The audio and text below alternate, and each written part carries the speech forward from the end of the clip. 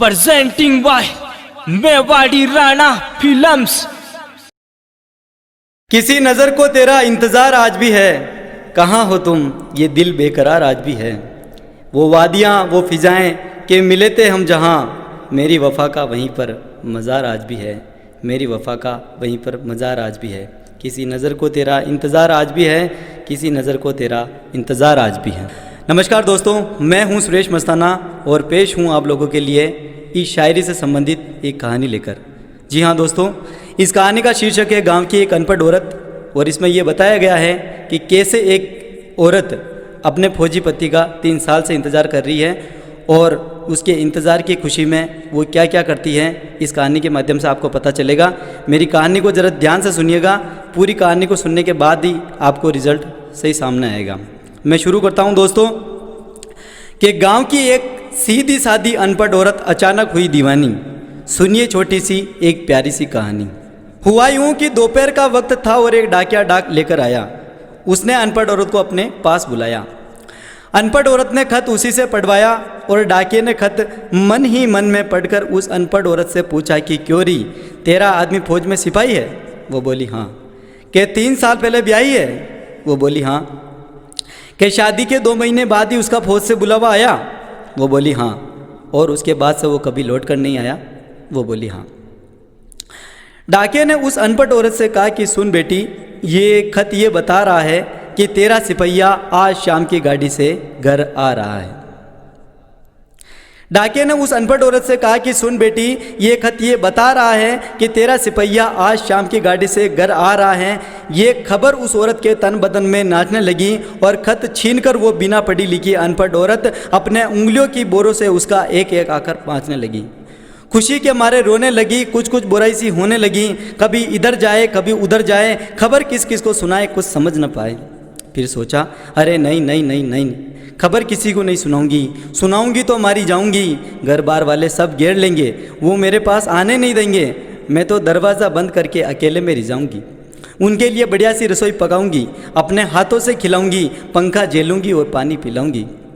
हाय राम, क्या चीज़ उसको सबसे ज़्यादा अच्छी लगती है? क्या चीज़ उसको सबसे ज़्यादा अच्छी लगती है? क्या बनाऊं, क्या खिलाऊं, क्या पिलाऊं, क्या पिलाऊं? हाय दैया, बात कितनी ख़राब है। उसकी तो सबसे प्यारी चीज़ शराब है। मना करने पर भी बर्रा लाता था, शाम होते ही वो तो ठर्रा चढ़ाता था। कि मना करने पर भी बर्रा लाता था, शाम होते ही वो तो ठर्रा चढ़ाता था। पर कोई बात नहीं, खातिरदारी करनी है तो एक दिन की छूट दे दूंगी। भला बुरा उनसे कुछ भी नहीं कहूँगी। पर शराब कहाँ से लाऊं, भला ऐसी चीज़ किससे मंगवाऊं? भला ऐसी चीज़ किससे मंगवाऊं? फिर अचानक उसको याद आया कि ज़्यादा न पी जाए, इस डर से उसने एक बोतल को छिपा दिया था, पेड़ के नीचे दबा दिया था। दौड़ती हुई गई और बोतल निकाल कर ले आई और खातिरदारी में ऐसा निखार लाई कि एक टेबल पर कपड़ा रखकर बिछा दिया और शराब की बोतल के साथ में एक खाली गिलास रखकर सजा दिया। इंतज़ार की बेकरारी में अब वो सोचने लगी कि एक दिन तो उसने मुझसे भी कहा था कि ले पी। मैंने कहा था नहीं जी। उसने ज़बरदस्ती की, गिलास को मुंह से लगाया था, मैंने गिलास को फोड़ दिया था। उसने मुझ पर हाथ उठाया था, हालांकि बाद में पछताया था। पर कोई बात नहीं, आज तो कर दूंगी उसकी तमन्ना पूरी और साथ में उसके मैं भी पीऊँगी। आज तो कर दूंगी उसकी तमन्ना पूरी और साथ में उसके मैं भी पीऊँगी और उनसे कहूँगी कि देखिए जी, आज तो कर दी है मैंने आपकी तमन्ना पूरी, पर आज के बाद से मत लाना ये अंगूरी। प्यार ही प्यार में मान जाएगा और शायद शराब उसके बाद कभी नहीं लाएगा।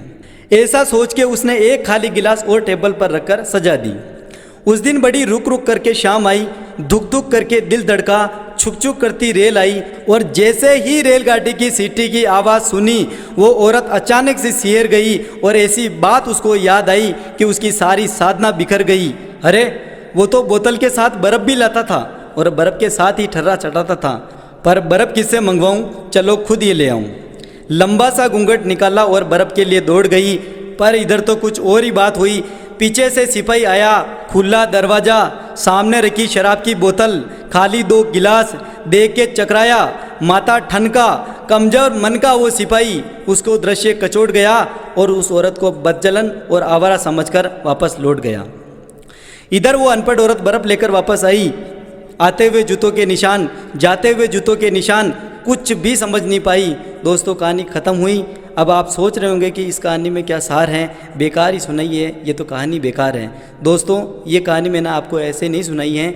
इस कहानी को सुनाने का जो मेरा मकसद था वो ये है कि जिस किसी ने भी ये कहानी सुनी है उन सबसे मेरी गुजारिश है कि किसी भी गली चौपाटी, बाज़ार या शहर या संयोगवश कहीं भी अगर वो फौजी आपको मिल जाए तो उसको असलियत बता देना, उसको समझा देना कि तेरी औरत आज भी तेरे आते हुए बूटों के निशानों पर उंगलियां फिरा रही है, तेरे जाते हुए बूटों के निशानों को अपने आंसुओं से मिटा रही है। लौट जा, अरे लौट जा मूर्ख। उस औरत का बहुत ऊंचा चरित्र है और उसकी आस्था तो गंगा से भी ज़्यादा पवित्र है। बहुत बहुत शुक्रिया दोस्तों।